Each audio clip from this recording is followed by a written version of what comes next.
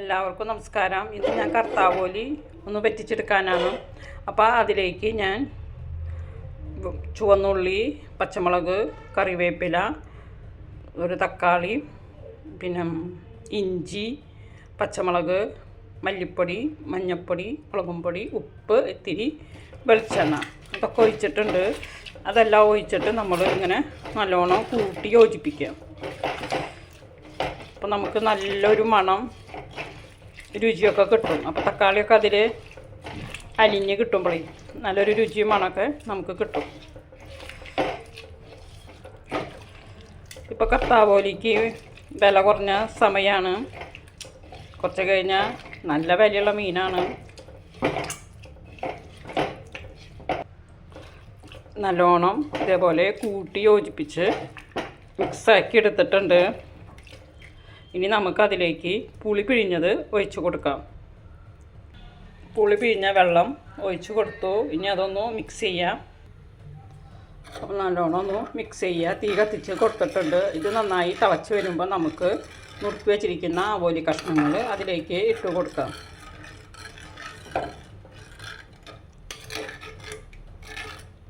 ഇനി ഇത് നമുക്കൊന്ന് അടച്ച് വയ്ക്കാം. തിളച്ച് വരട്ടെ. അങ്ങനെ മീനിൻ്റെ മസാലക്കൂട്ട് വെട്ടി തിളച്ച് വന്നിട്ടുണ്ട്. നല്ല മണക്കുന്നുണ്ട്.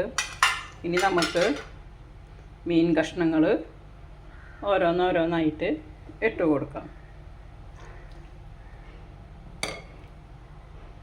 ആവൂരി ഇതേപോലെ വറ്റിച്ച് നാളികേരം അരച്ച് വെച്ചാലും തേങ്ങാപ്പാലിൽ വെച്ചാലും ഇതേപോലെ മുളക് മഷ വെച്ചാലൊക്കെ ആവൂരിക്ക് നല്ല ടേസ്റ്റാണ്. ഇനി ഇതൊന്ന് തിളച്ച് വറ്റി വരട്ടെ. അങ്ങനെ മീൻ കറി വെട്ടി തിളച്ച് വന്നിട്ടുണ്ട്. ഇനി നമുക്കത് മീഡിയം ഫ്ലെയിമിലോ ലോ ഫ്ലെയിമിലോ ഇട്ടിട്ട് വറ്റിച്ചെടുക്കാം.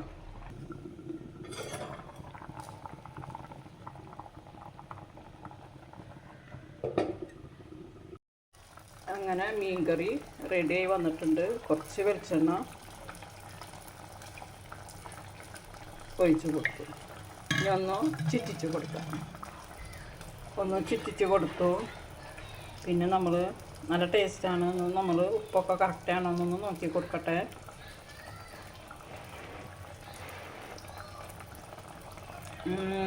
നല്ല ടേസ്റ്റ് ഉണ്ട്. നല്ല എരിവും പുളിയും നല്ല മീൻ കൂട്ടാനായിട്ട് വന്നിട്ടുണ്ട്. ഇത് ഇരിക്കും തോറും ചാറ് നന്നായി പറ്റി വരും. ഞാനിപ്പോൾ ഒരു 2 മിനിറ്റും കൂടി ഇട്ടിട്ടേ എടുക്കുള്ളൂ, ഓഫാക്കി വയ്ക്കുള്ളൂ. അങ്ങനെ നമ്മളുടെ മീൻ കറി റെഡി ആയിട്ടുണ്ട്. ആവോലി വറ്റിച്ചത് റെഡി ആയിട്ടുണ്ട്. ഈ വീഡിയോ ഇഷ്ടപ്പെട്ടാൽ ലൈക്ക് ചെയ്യണേ, ഷെയർ ചെയ്യണേ, സബ്സ്ക്രൈബ് ചെയ്യണേ.